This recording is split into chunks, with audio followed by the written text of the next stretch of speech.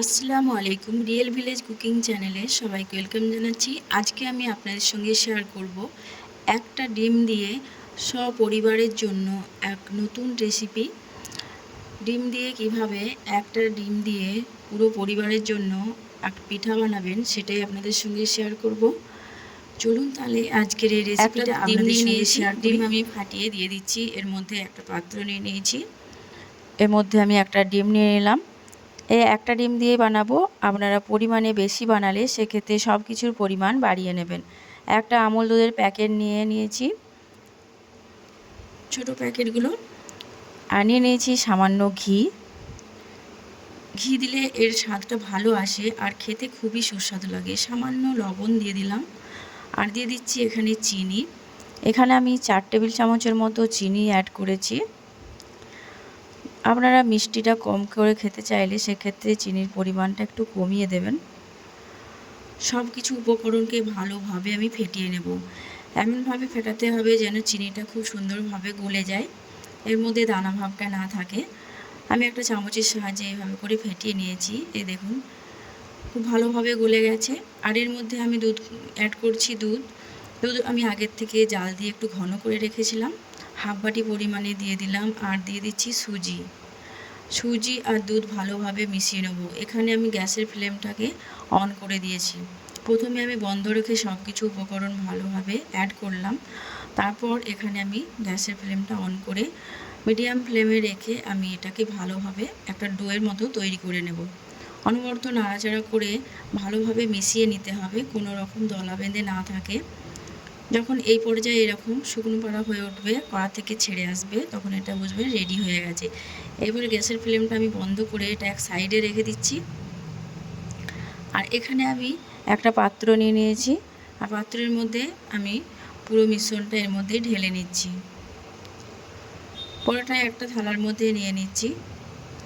আর হাতের মধ্যে ঘি লাগিয়ে এটাকে ভালোভাবে একটু মুথে নেব। আর এর মধ্যে দিয়ে দিচ্ছি আমি ময়দা অ্যাড করে দিলাম হাফ বাটি পরিমাণে। হাফ বাটির মতো ময়দা আছে, হাফ বাটি সুজি, হাফ বাটি ময়দা আমি এর মধ্যে অ্যাড করলাম। খুব ভালোভাবে মতে এটাকে মাখিয়ে নিতে হবে আর একটা ডো তৈরি করে নিতে হবে। এই দেখুন আমি এখানে একটা মসৃণ ডো তৈরি করে নিয়েছি হাতের মধ্যে সামান্য ঘি লাগিয়ে। এবার এটাকে বড় আকারের একটা ডো তৈরি করে নিচ্ছি। এইভাবে হাতে তালুর মধ্যে দিয়ে গোল করে নেব। এইভাবে করে গোল করে নেওয়ার পর এটাকে আমি বেলে নেব। সেই জন্য আমি এখানে নিয়ে নিয়েছি সামান্য পরিমাণে ময়দা ছিটিয়ে এটাকে আমি রুটির মতো করে বেলে নেব। খুব বেশি পাতলাও না, খুব বেশি মোটাও না, মিডিয়াম রেখে এটাকে আমি বেলে নিচ্ছি। পুরো ভিডিওটা দেখতে থাকুন, খুবই ভালো লাগবে। স্কিপ না করে পুরো ভিডিওটা দেখতে হবে।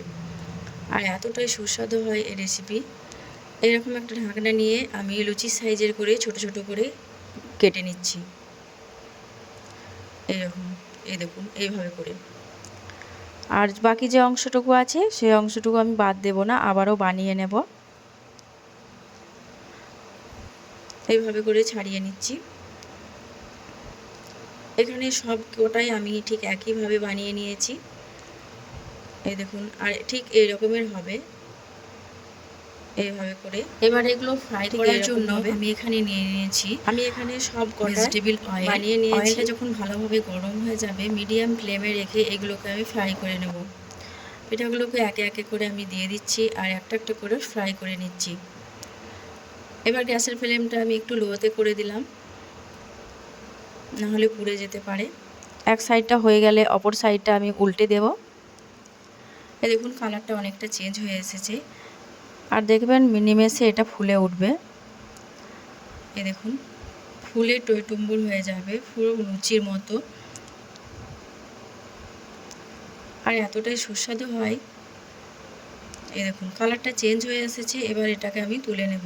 ঠিক একই পদ্ধতিতে আমি বাকি যে কটা আছে সব কটা একে একে করে ফ্রাই করে নেব। আবারও উল্টে দিতে হবে। দেওয়ার সঙ্গে সঙ্গে দেখবেন নিমেষেই ফুলে উঠবে। এখানে কিন্তু গ্যাসের ফ্লেমটা লোতে রেখে করতে হবে, নাহলে পুড়ে যেতে পারে।